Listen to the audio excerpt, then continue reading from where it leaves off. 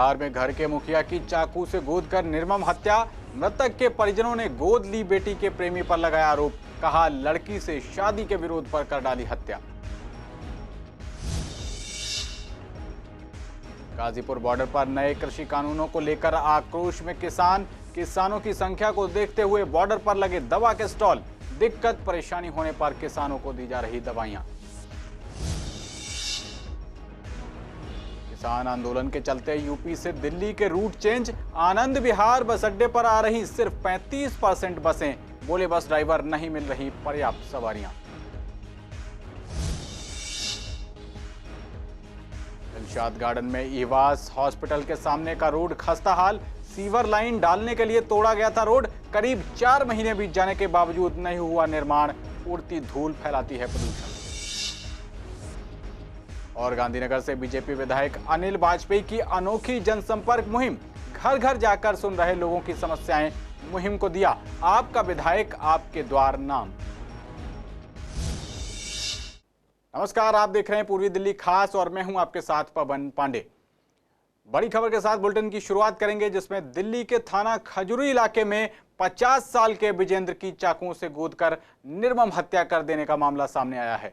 मृतक के परिजनों ने गोद ली गई बेटी के प्रेमी पर हत्या का आरोप लगाया है। पूरा मामला थाना खजुरी इलाके के पॉकेट 5 सोनिया विहार डी ब्लॉक का है, जहां विजेंद्र कुमार नाम का व्यक्ति अपने परिवार के साथ रहता था। बताया जा रहा है कि विजेंद्र ने अपने बड़े भाई की बेटी को गोद ले रखा था, जिसका पास के ही रहने वाले सूरज नाम के एक लड़के के साथ प्रेम प्रसंग था, जिसकी खबर घर के मुखिया विजेंद्र को लग गई और उन्होंने इस प्रेम प्रसंग का विरोध किया। साथ ही अपनी बेटी को गांव भेजने की तैयारी शुरू कर दी। परिजनों के अनुसार बेटी का प्रेमी लगातार शादी का दबाव बना रहा था और लगातार जान से मारने की धमकी भी दे रहा था। मृतक की पत्नी के अनुसार आज सुबह वो मंदिर गई हुई थी। जब वो वापस घर आई तो उन्होंने अपने घर पर उनकी लड़की के प्रेमी को देखा। मृतक की पत्नी द्वारा पूछताछ करने पर वो उनको धक्का देकर भाग गया। उसके बाद जब वो अंदर गई तो उन्होंने अपने पति विजेंद्र को खून में लथपथ मृत अवस्था में पड़े देखा। वहीं फिलहाल पुलिस ने शव को कब्जे में लेकर पोस्टमार्टम के बाद परिजनों को सौंप दिया और आरोपी की तलाश कर रही है। इनका पप्पू नाम था, विजेंद्र पप्पू।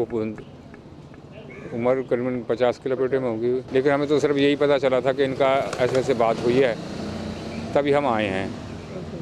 किसी लड़के ने जो है इनका कत्ल किया है। जो हमारी जो मौसी हैं उन्होंने देखा था उन्हें मौके पे घर से निकलते हुए। लड़के का नाम सूरज बता रहे हैं सर, वो पहचान लिया उन्होंने। जिस लड़की से मतलब उसका अफेयर वगैरह चल रहा था वही लड़का बता रही हैं वो। जी, गोद ली हुई लड़की है। 5 साल करीब उम्र थी उसकी जब गोद लिया था और अब 26-27 उम्र हो रही है उसकी। जी, वहीं सोनिया विहार गली नंबर कोई 4 बता रहा है, कोई 16 बता रहा है। कंफर्म हमें भी नहीं है। अच्छा वाला छोड़ के गई थी, इनका सौदा लेटे हुए। मैं तो क्या लगे चाय बना दे, मैंने चाय पिला दी उनको। मैंने कि मैं मंदिर जा रही हूँ, मैं तुम्हारे आगे रास्ता वास्ता खिला दूंगी। मैं मंदिर गई, मंदिर से जब तक आई जब तक तो वो लड़का हाथ धो रहा था। हाथ धोते धोते जैसे मैं गई, मैंने कहा क्या करने आया है तू, क्या कर रहा है। मैं इनको देख लगी, मैं अंदर को घुसी। मैंने कि काय के नहीं बुलाया था, कौन था ये। मैं कहती हुई अंदर चली गई, वो मेरे पीछे भागा, पीछे से भाग गया। मैंने जब देखा मैंने कि ये पड़े हुए इनको क्या हुआ। मैं जब हिलाया जलाया, मैंने क्या, अरे मेरा आदमी को मार गया, मेरा आदमी को मार गया। मैं उसके पीछे पीछे भागती। लड़का कौन था, आप उसे जानती थी पहले से? सूरज जानते, लड़की थी यहाँ पे रहती थी। नए कृषि कानूनों को लेकर किसान आक्रोश में हैं और दिल्ली की ज्यादातर सीमाओं पर आंदोलन कर रहे हैं। अगर बात करें गाजीपुर बॉर्डर की तो यहाँ की स्थिति यह है कि यहाँ पर मौजूद किसान बिल वापस लेने की सरकार से मांग कर रहे हैं। किसानों का कहना है कि मीटिंग में जब तक नतीजे उनके हक में नहीं आते तब तक आंदोलन ऐसे ही चलता रहेगा। साथ ही साथ गाजीपुर बॉर्डर पर किसानों की भारी संख्या को देखते हुए उनके लिए दवाई के स्टॉल भी लगाए गए हैं, जहां पर किसानों को कोई दिक्कत तकलीफ होने पर उनको दवाई दी जा रही है। वहीं किसानों द्वारा 8 दिसंबर को भारत बंद का आह्वान किया गया है, जिसको कांग्रेस पार्टी और आम आदमी पार्टी ने अपना समर्थन देने की घोषणा कर दी है। आम आदमी पार्टी के सांसद भगवंत मान ने किसानों द्वारा प्रस्तावित भारत बंद को समर्थन देने की बात कही है। भाई मैंने दवाई ली और ये लोग सेवा कर रहे अपना, ये अपना काम कर रहे, हम अपना काम कर रहे। शासन अपना काम कर रहा, सब अपने काम पे लगे हुए हैं। भाई दवाइयाँ सेवा कर रहे मुफ्त। मैंने पूछा इनसे भाई पैसे लोगे क्या, ये बोले भाई नहीं हम तो फ्री सेवा कर रहे। चलो अच्छी बात है, ये भी एक सेवा है। ये सोच रहा है कि भाई बार बार बैठक हो रही, नतीजा नहीं आ रहा, कोई बात नहीं, नतीजा 4 दिन पीछे आ जाएगा। जहाँ परेशानी हो रही वहाँ 4 दिन 5 दिन, भाई हम तो यहाँ भी परेशान हैं, खेत में रात दिन काम करते हैं और वहाँ सर्दी वहाँ भी लगती है हमें। लेकिन ये है कि शाम को जो हमारे बुजुर्ग हैं, जो कुछ छोटे बच्चे भी आए हुए हैं, वे उन्हें प्रॉब्लम थोड़ी सी ज़्यादा है। अब बुजुर्ग आदमी है, किसी को शुगर है, एक आधा कोई ज़्यादा बुजुर्ग है, और किसी को बुखार भी चढ़ जाए, जैसे रात को ओस पड़े यहाँ से, तो उन बुजुर्गों को थोड़ी सी समस्या है। लेकिन बस जैसे तैसे हो रहा, अगर यहाँ पे कोई ऐसी क्षति होती है किसी किसान की तो शहीद होगा, आंदोलन है। देखो किसान तो अन्नदाता है ही, कहीं ना कहीं हम भी उनसे कनेक्टेड हैं। अगर उन पर इफेक्ट पड़ेगा तो हम पे इफेक्ट पड़ ही रहा है, तो उनकी सेवा के लिए हम यहाँ बैठे हैं। जो हमसे हो पा रहा है हम कर पा रहे हैं, और जब तक वो किसान बैठे हम जब तक बैठे हैं। बस सरकार आज शाम को मांगे पूरी कर ले तो हम आधी शाम को उड़ जाएंगे। टेम्परेचर हम चेक कर रहे हैं, इससे पहले दवाई देने से पहले जो टेम्परेचर जिस पेशेंट को बुखार है उससे हम बिल्कुल ट्रीट नहीं कर रहे हैं। सिर्फ हम जो देख रहे हैं यहाँ पर कॉमन कोल्ड, जब यहाँ पर क्या होता है खाने की बद पड़ेगी, पेट खराब हो रहे हैं, तो उसके लिए किसान तो रणनीति जानता ही नहीं है। किसान जैसा व्यक्तित्व वाला इंसान तो इस धरती पे, इस भारत में कोई है ही नहीं। जितना सीधा सच्चा भोला किसान है ना, इसको तो बरगलाया जाता है। कुछ तो बात ऐसी हैं जो किसान हकीकत में ही नहीं जानता, और कुछ बातों के बारे में मैं मानती हूँ कि ये बिल जो आया है ये किसान हित में है। चलो सरकार ने कहा है, मानती हूँ मैं इस चीज़ के लिए, पर जो बातें हैं कि जो नहीं समझ पा रहा है उसको सरकार को चाहिए ना कि उसे संतुष्टि दे, उसे लिखित में दे, उसे आश्वासन उस हिसाब से दे, हिम्मत दे कि हम तुम्हारे साथ हैं, हम लिखित में दे रहे हैं, सिर्फ तुम्हारा हित ही होगा इसमें। हमें ये समझ में आता कि ये सरकार हमें करेगी कहाँ। इसने हम जो है तबाह कर दिए बिल्कुल, और तबाह ऐसा कर दिए कि अब तक हम सोचते थे भाई चलो जी अब ये आएंगे, ये कुछ अच्छा करेंगे। किसानों के लिए तो कुछ भी अच्छा नहीं करा भाई। किसान को संपन्न बनाने के लिए तो बहुत सारे तरीके हैं, बिल से थोड़ा संपन्न बनागा अकेले से। किसानों को सब्सिडी देते हैं, ये कृषि यंत्रों पर देते हैं, खाद पे, बीज पे, पानी पे, नहरों में पानी नहीं छोड़ रहे। किसान संपन्न कहाँ से होगा? किसान संपन्न जब होगा जब डोर पर को कोई घूमता होगा। हम मंत्री बनावे, हम ये भी नहीं कहते कि सारे मंत्री कहीं ऊपर से उतर का है। डोल वाले भी मंत्री बैठे हैं यहाँ पे, पर वो डोल वाले मंत्री ऐसे नहीं बनते। डोल तो बहुत पहले छोड़ चुके हूँ। हमें तो ये पता है कि भाई हम इस सरकार के खिलाफ लड़ाई लड़ रहे और ये भूल कर रहे। अब जो किसान की ये परीक्षा ले रहे, और किसान की परीक्षा जिसने ली वो दिल्ली से बाहर चला गया, लखनऊ से बाहर चला गया जिनने भी परीक्षा ली। वहीं किसान आंदोलन के चलते यूपी से दिल्ली आने वाले कई रूट्स बदल दिए गए हैं। बॉर्डर बंद होने के कारण सभी रूटों को चेंज कर दिया गया है, जिसकी वजह से आनंद विहार बस अड्डे पर आने वाली बसें लेट आ रही हैं। बस ड्राइवर से बात करने पर उनका कहना है कि बॉर्डर बंद होने के कारण और अलग रूट से आने के कारण हमें टाइम लग जाता है, साथ ही यात्रियों को भी काफ़ी दिक्कतें उठानी पड़ रही हैं।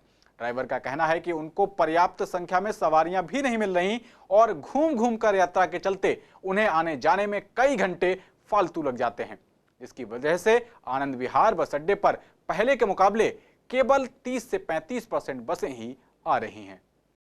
ये तो पता नहीं, जहाँ पे पहुँचते हैं ट्रैफिक वाले हमको घुमा देते हैं कि इधर से रास्ता बॉर्डर सील है, आप उधर होके जाओ, यहाँ से रास्ता बंद है। और हमें इतना दिक्कत करना पड़ा, कहीं यहाँ जिस रास्ते पे पहुँचो तो वहाँ से घुमा दिया जाता, वहाँ पहुँचो तो उधर घुमा दिया जाता। घूम के बहुत समय लगता है, पैसेंजरों को बहुत दिक्कत हो रही है, हम लोगों को भी बहुत परेशानियाँ हो रही है। यूपी हम सीतापुर से आते हैं, सीतापुर तक हम जाते हैं, हमारी गाड़ी है। और यहाँ दिल्ली में कई बार हमको कहीं पता नहीं कितनी कितनी जगहों पर घूमना पड़ता है, पीछे भी तो बहुत जाम लगता है। सवारियों को तो सभी दिक्कत होती है, सवारी पैसेंजर जो हम पे चिल्लाते हैं तो कहाँ लिए जा रहे हो, कहाँ लिए जा रहे हो, हमको क्या बताएं कहाँ ले। हम बस अड्डे लेके जाते हैं, बस अड्डे ही लेके आए। अरे साहब जाम लग रहा है, बहुत घूम के आना पड़ रहा है इनके किसान युवा आंदोलन की वजह से। मतलब बहुत ही दिक्कत आ रही है, पैसे सवारी नहीं मिल पा रही है साहब, बहुत खाली गाड़ी लानी पड़ रही है हमें भी। पैसेंजर परेशान हो रहा है, हम भी परेशान हो रहे हैं, बहुत धक्का मुक्की हो रही है साहब। हम आ रहे हैं काशीपुर उत्तराखंड से, अब आनंद विहार इधर से आए हम, मोहन नगर होते हुए इधर को मतलब घुमा के हम लोग टर्न करके इधर को कर दिया। हम पहले इधर से आते थे गाजी इधर को। किसानों की वजह से हमें गाड़ी इधर उधर से घुमाया जा रहा है, बहुत दिक्कत आ रही है। कभी सूर्य विहार आते हैं, कभी उधर घूम के आते हैं, विवेक विहार हो गए, तो गाड़ी आनंद विहार तक आने में बहुत दिक्कत हो रही है।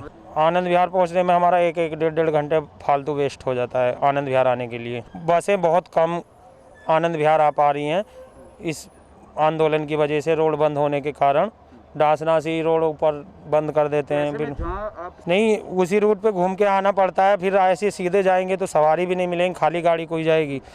जब उसी रूट पे घुमा के गाड़ी ले जानी पड़ती है तभी सवारी मिल पाती है। जी सर, लोनी से घूम के आ रहे हैं या फिर नोएडा से होके आना पड़ता है। सर एक तो जाम मिलता है बहुत सारा और टाइम भी बहुत लग जाए, कम से कम 1-1.5 घंटा फालतू लगता है टाइम में। सर सिटी सेंटर से आया हूँ, कम करीबन 1 घंटा लग गया मेरे को। लोनी गोल चक्कर से घूम के लेके आया हूँ दिल्ली में घुसने के लिए। पता नहीं सर, ये सब बोले किसानों की वजह से रास्ते रोक रखे हैं, किसान दिल्ली में ना घुस जाएं, उसकी वजह से 6 घंटे लगते थे, अब तो करीबन 7.5-8 घंटे लग जाते हैं। बदायूं जाते हैं 6 घंटे लगते थे, अब 7.5-8 घंटे लग जाते हैं। ऐसे में सवारियां भी परेशान, सवारियाँ दिक्कत हैं। सवारी बोलती हैं तुम पता नहीं कहाँ से घुमा के लेके जा रहे हो। सवारी उतर जाती हैं, लड़ती हैं सवारियाँ हमसे, तो उन्हें समझाना पड़ता, कोई नहीं समझती, फिर चुप्पी होना पड़ता है। क्या करें? बॉर्डर सील होने की वजह से। जी सर, बॉर्डर सील होने की वजह से बोलते हैं अरे कहाँ घुमा के लाओगे, कहाँ लेके जाओगे। इस समय जाम लगती है, कटरा वगैरह में हर जगह जाम लगती है। इसके कारण हमको घूम के आना पड़ता है, कभी भीसलपुर होकर कभी सीधे, इसलिए हमको टाइम ज़्यादा लग जाता है। और दिल्ली में भी बहुत घूमना पड़ता है। अब गोसाम्बी से उधर पुराने बस अड्डे होते, न जाने कहाँ घूम के तब आए यहाँ पे। वहीं दिलशाद गार्डन में ईबास हॉस्पिटल के सामने वाला रोड खस्ता हाल है। स्थानीय लोगों का कहना है कि रोड टूटा होने की वजह से काफी धूल उड़ती है और वातावरण में काफी पोल्यूशन फैलता है। यहां से लगातार गाड़ियां निकलती हैं जिनकी वजह से धूल उड़ती है। मिली जानकारी के मुताबिक ये रोड सीवर लाइन डालने के लिए तोड़ा गया था। उसके बाद करीब 4 महीने बीत जाने के बावजूद अब तक नहीं बन पाया है। वहीं हॉस्पिटल के सामने की रोड होने की वजह से मरीज भी उड़ती धूल में ही आने जाने और सांस लेने पर मजबूर रहते हैं। साथ ही रोड टूटा होने की वजह से एक्सीडेंट होने की भी आशंका बनी रहती है और जाम भी लग जाता है। स्थानीय लोगों का कहना है कि इस ओर प्रशासन बिल्कुल भी ध्यान नहीं दे रहा। धूल जब ये सीवर खुदा हुआ है तो यहाँ पे धूल ही उड़ेगी। अब जब ये बनेगा तभी तो होगा ना कुछ। कब से है ये? हम तो 2 महीने से ही देख रहे हैं। हाँ, जब मिट्टी है तो धूल ही उड़ेगी, जाहिर सी बात है। गाड़ी तो यहाँ पे लोग चलता ही रहता है यहाँ पे। तो जाता है क्या यहाँ कभी? हाँ, पानी वाली जो गाड़ी आती है वो तो फुहारे के हिसाब से रहती है। फुहारा अपना डाल और चले गए। अब ज़्यादा डालेंगे तो यहाँ पे वैसे भी फिसल के गिरने लगेंगे, क्योंकि भैया यहाँ पे पूरा दिन बहुत सारी धूल उड़ती रहती है, गाड़ियाँ निकलती हैं बहुत ज़्यादा। 3-4 महीने से ही ऐसा ही पड़ा है, ये सही नहीं होता। 2 बार यहाँ पत्थर आ गया और पत्थर आगे भी उठ के पता नहीं कहाँ चला जाता है। इसकी वजह से रोड तोड़ा गया था ये सीवर की लाइन पड़ी थी भैया, सीवर की लाइन पड़ गई। 3-4 महीने हो गए, फिर भी कोई सही नहीं करवाता इसे। ये आगे पुलिया टूटी पड़ी है, रोड पे काफ़ी गड्ढा हो गया है। आए दिन बाइक पलटती रहती हैं कि 2-4 बार बाइक वाले भी गिर गए यहाँ पे। भैया दिक्कत तो होगी, पूरा दिन धूल, बहुत तेज़ मिट्टी उड़ती रहती है गाड़ियों से। तेज़ गाड़ियाँ जाती हैं यहाँ से निकल के। लोग खाना खरीदते हैं धूल में? भैया खाना वाना क्या है, अभी तो काम कह रहा है ऐसा ही। और खाने पे तो पानी का छिड़काव वुड़काव कर लेते हैं, बाकी धूल उड़ती रहती है तो काम तो ऐसा ही है धूल की वजह से। इसको भैया 3-4 महीने हो गए भैया जी, और ये रोड बनने का काम था, अब तक ठीक नहीं हुई है। परेशान है बहुत ज़्यादा, नुकसान तो सारा ही है भैया। डस्ट उड़ती है, लोग आते हैं परेशान रहते हैं। सुबह यही लगती है पार्किंग, सब यही लगती है, में परेशान होते हैं लोग सारे। रोड बनने का काम शुरू तो हुआ था, बस हुआ ही नहीं, बस खोद के चले गए इसको। तो गांधीनगर से बीजेपी विधायक अनिल वाजपेयी ने लोगों से मिलने की अनोखी मुहिम शुरू की है। उन्होंने इस मुहिम को नाम दिया है आपका विधायक आपके द्वार। इस मुहिम के तहत बीजेपी विधायक अनिल वाजपेयी अलग अलग एरिया में जाकर वहां के लोगों की समस्याएं सुन रहे हैं। इस दौरान खासकर गांधीनगर कैलाश नगर के जाम को लेकर विधायक के तेवर सख्त नजर आए।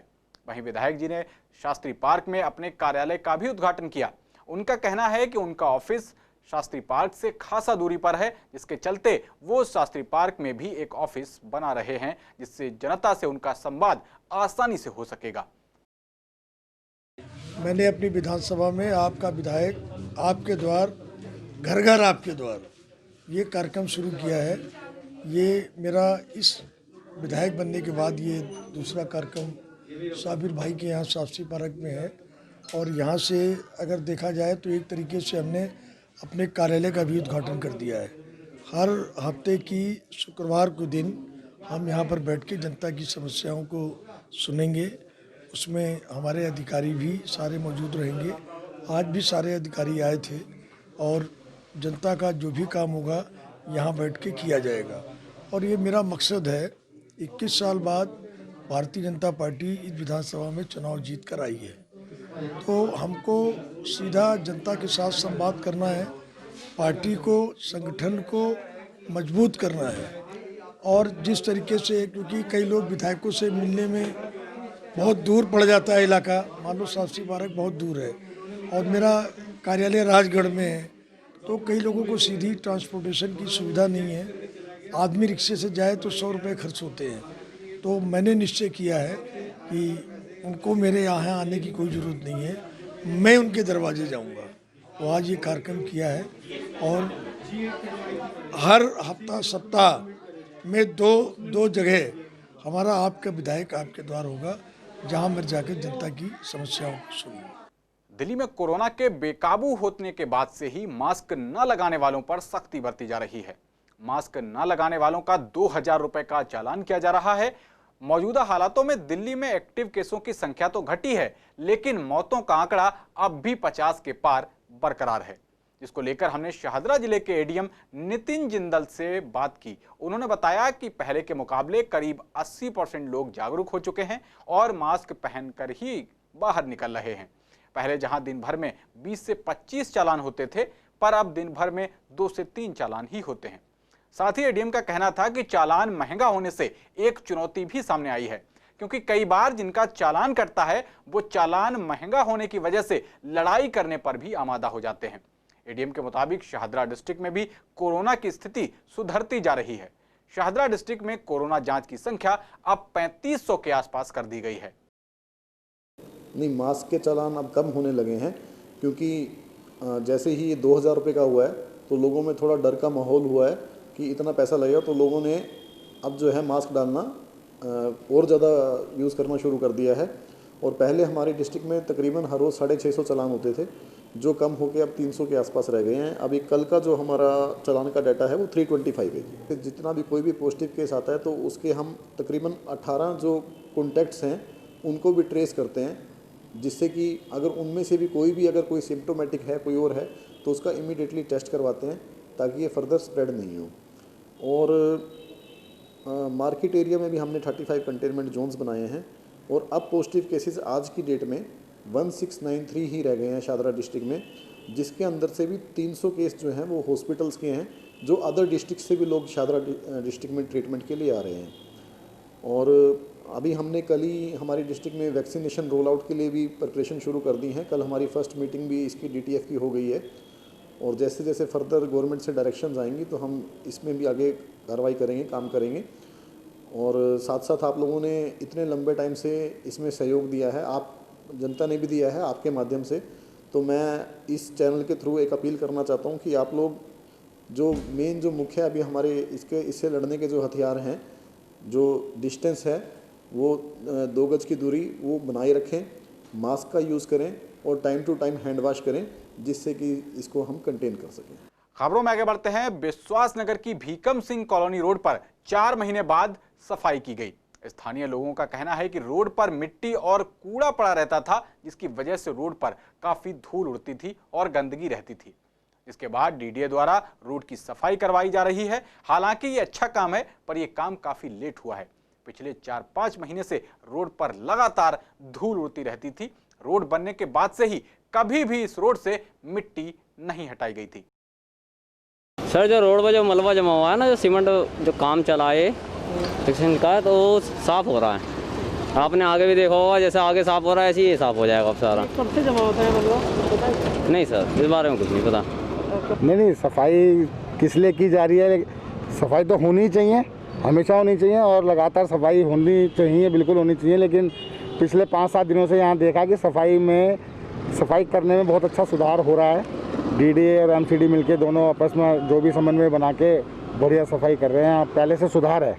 कूड़ा रहता था पहले? हाँ, बिल्कुल रहता था, क्योंकि एक्चुअली क्या ये DDA का रोड है ये वाला, और DDA का जब यहाँ सड़क बन रही थी तो उसका मलबा वगैरह यहाँ बहुत ज़्यादा दिखा था, तो DDA ने अपना मलबा यहाँ छोड़ रखा था और डिपार्टमेंट एक दूसरे पे टालम टाली करते रहते थे। तो कॉम्बिनेशन करके MCD के थ्रू ये कूड़ा उठाया गया और सफाई अब चालू है। तो भैया यहाँ से निकलना भी दिक्कत थी, इतनी धूल मिट्टी उड़ती थी कि यहाँ से स्कूटी से निकलना बहुत दिखता भी नहीं था। अब उससे तो बहुत अच्छा ही हो गया है, पूरा रोड साफ़ हो गया है। अब यहाँ से निकलने में कोई दिक्कत परेशानी नहीं होती किसी को भी। पहले लोग बाग पैदल भी नहीं निकल पाते थे यहाँ से। कब से रोड बना? देखिए, मैं इस सफाई के लिए MCD का और अपने जो पार्षद हैं मंजू कमलकांत जी का, उनका धन्यवाद करना चाहता हूँ। और प्रयास करने से ही सारे काम हो जाते हैं, चाहे बगीची गली वाला खत्ता हो, वो उसकी भी समस्या थी, बुजुर्ग लोग सामने आए थे, उसको पूरी तरह क्लीन कर दिया गया है और सुबह शाम 24 घंटे अब उसकी सफाई होती है। उसके पीछे जो कूड़ा रहता था वो कूड़ा बिल्कुल ख़त्म हो चुका है। आपके माध्यम से मैं एक सुझाव और देना चाहूँगा, पवन भाई खड़े हैं, अगर वहाँ पर पेड़ और लग जाएं, चाहे वो अशोक के लग जाएं, चाहे उसके पीछे नीम के लग जाएं, वो बहुत ही अच्छा सुंदर स्थान बन जाएगा और बैठने के लिए बुज़ुर्गों के लिए एक तरह से पनाहगृह भी हो जाएगी। बुज़ुर्ग आके वहाँ बैठेंगे, बहुत अच्छा काम हो जाएगा। और रही यहाँ सफाई की बात, यहाँ पे पिछले 4-5 दिन से, हफ्ते भर से अच्छी सफाई चल रही है। पहले यहाँ काफ़ी कूड़ा रहता था, लोगों को यहाँ खुद खड़े होकर हम बता भी रहे कि भाई यहाँ कूड़ा ना फेंके। सफाई में पानी छिड़का जा रहा है, सफाई हो रही है कंटिन्यू, पोल्यूशन को देखते हुए। कूड़ा उठाए कब जाएगा यहाँ से? ये बस आज ही शाम को उठ जाएगा, अब हो रही है सफाई। इस बुलेटिन में मेरे साथ इतना ही। बाकी खबरों के लिए देखते रहिए CCN। नमस्कार।